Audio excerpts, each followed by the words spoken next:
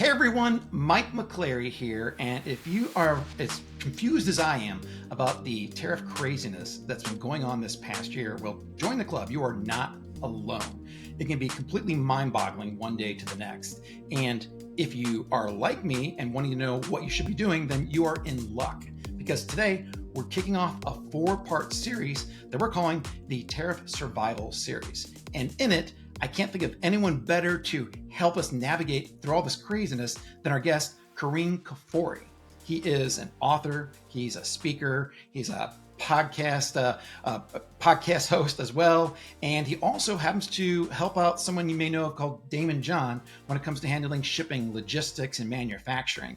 And so Kerim is the president and founder of the Atlas Network. They're a global company that helps you source and handle any logistics, anything you can think of for your manufacturing business and your brand business. And so I'm just super excited to have Kerim with us here today. Kerim, welcome to the show. Thank you so much, Mike. Really appreciate it. And always great to be with you, and looking forward to speaking with you and getting in front of your guests and helping in as many ways as we can.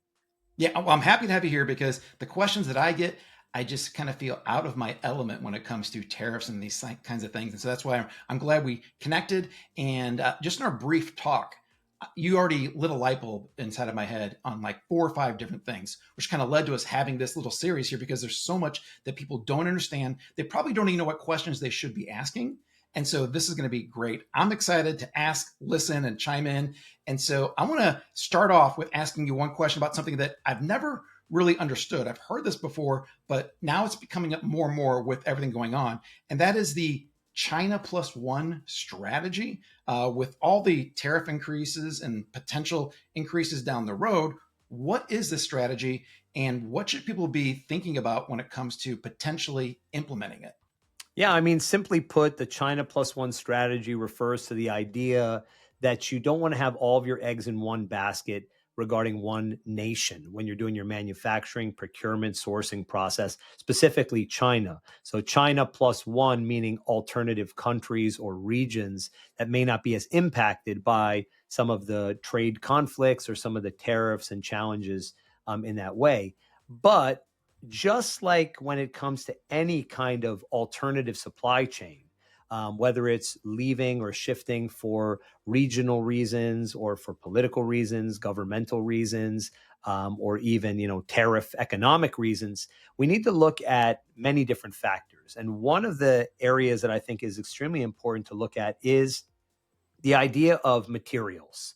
Can you get the materials that you need to produce your widgets in this new location? And if you can get them, at what cost? How much is it going to cost you to transport those raw materials and raw goods that are needed to produce your products to get to that new location? Because that could be very, very important. The output. What kind of level of output is this new provider or new supplier in this new location or region going to be able to facilitate? If you're a business that needs 100 widgets made a day and they can only accommodate 2 widgets per day based upon their levels of output, then you have a real scarcity issue, which can dramatically impact your supply and demand mechanism and therefore the cost and so forth. The resources. Do you have the right resources in this new location? Meaning, are they technically skilled? Do they understand how to manufacture your types of products and so forth? Do they do it at a level or a quality that you require? Technology. Do they have the right technology, not just for today, but for your ability to scale into the future? And then finally, the last of, let's say, these 5 elements to look at when you're looking at whether it's China plus one or whatever alternative supply chain is, finally, the costs. How does the materials, the output, the resources, the technology, and finally the costs look?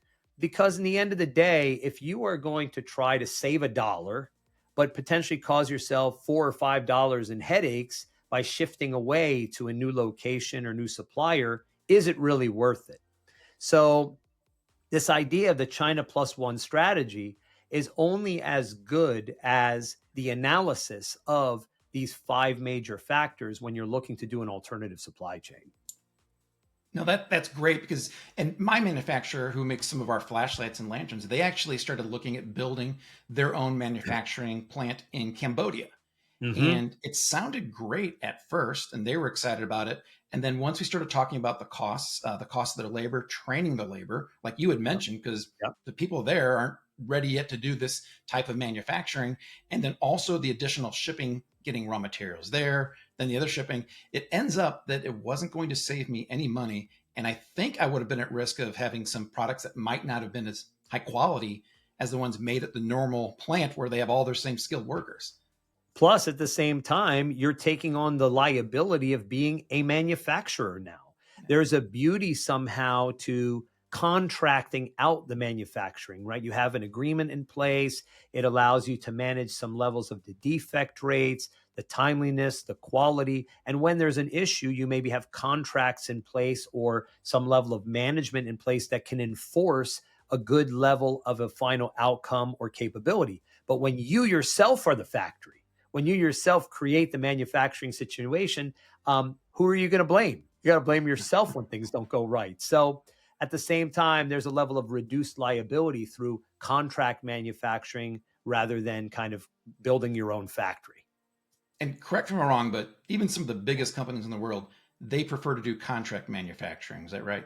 Absolutely, absolutely. I mean, some of the biggest companies in the world, biggest brands in the world, because some of those biggest companies or brands in the world are just that. They're a brand. They are not necessarily a manufacturer, or they are a design house underneath of a brand, and then they are looking to work with the best in leather, or the best in metals, or the best in wood, or in glass, or whatever the substrate may be to get the best outcome. And if you are a diverse enough of a company, you can't have all those different manufacturing entities. You're better off to basically be the brand and be the design house and then work with the best supplier of A, B, C, and D different kinds of materials to get those levels of output. It gives you diversity, it gives you protections, and it gives you some level of an arm's length transactional distance from being the actual manufacturer itself. And Kareem, have you helped people kind of like do this whole process we just talked about of weighing the pros and cons of looking at this China plus one analogy or a process? Every day. Every single day we do that, especially, since the tariff discussions have become so prevalent. Everybody just, an initial reaction was, it's not working out. Tariffs are super high. Where are we going next?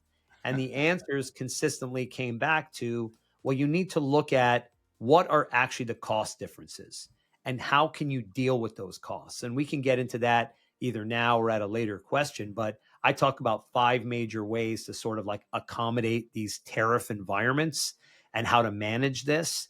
But the long story short of it is that knee-jerk reaction of let's just move away because it seems like it's going to be more expensive without a certain level of analysis, the way we sort of talked about, the way you have to look at it, is a very short-sighted mentality and usually can cause much wider spread disruptions and or even the collapse of a business if it's not done properly. So we go through that analytical process with our clients or would-be clients and take them through what they've got and what they're proposing or what they're considering, what are the pros, the cons, and how it's going to all sort of look in the end, and really then make a calculated decision to say, even if you moved over, to this other place, you may be out of business for 6 months to a year. And is it worth even that disruption of not having any sales for that period? Or is it better to just have sales at a lesser margin, and then figure things out? I mean, we know that week to week, the tariffs have been changing, right? So to change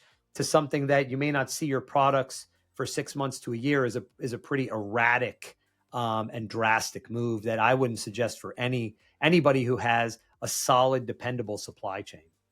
No, you're right. As I look at today's date, I couldn't tell you exactly what the tariffs are today, just because it has been changing day by day, and that's the truth of it right now. Absolutely, absolutely, it's the truth, and it's going to keep changing. I think that unfortunately, tariffs under our current administration, and I'm a very non-political person, I'm a business person who's all about economics, have been used as a negotiation tool. And that was not the initial intention of the tariffs. I mean, originally when the tariffs were put into place, it was just a source of federal revenue. It was to basically keep outside manufacturing, at bay, keep manufacturing domestic, and so on and so forth.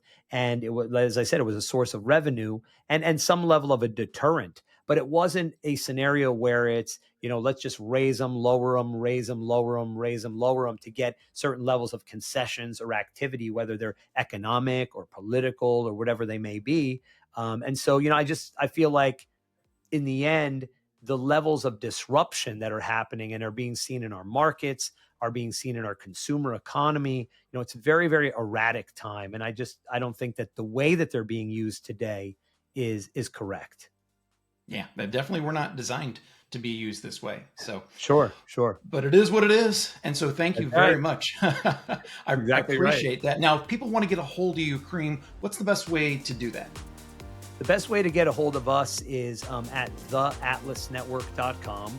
That's basically where we have all of our supply chain solutions for small to mid-sized businesses or even larger businesses that have either disruptions or are trying to build a new supply chain, grow or develop.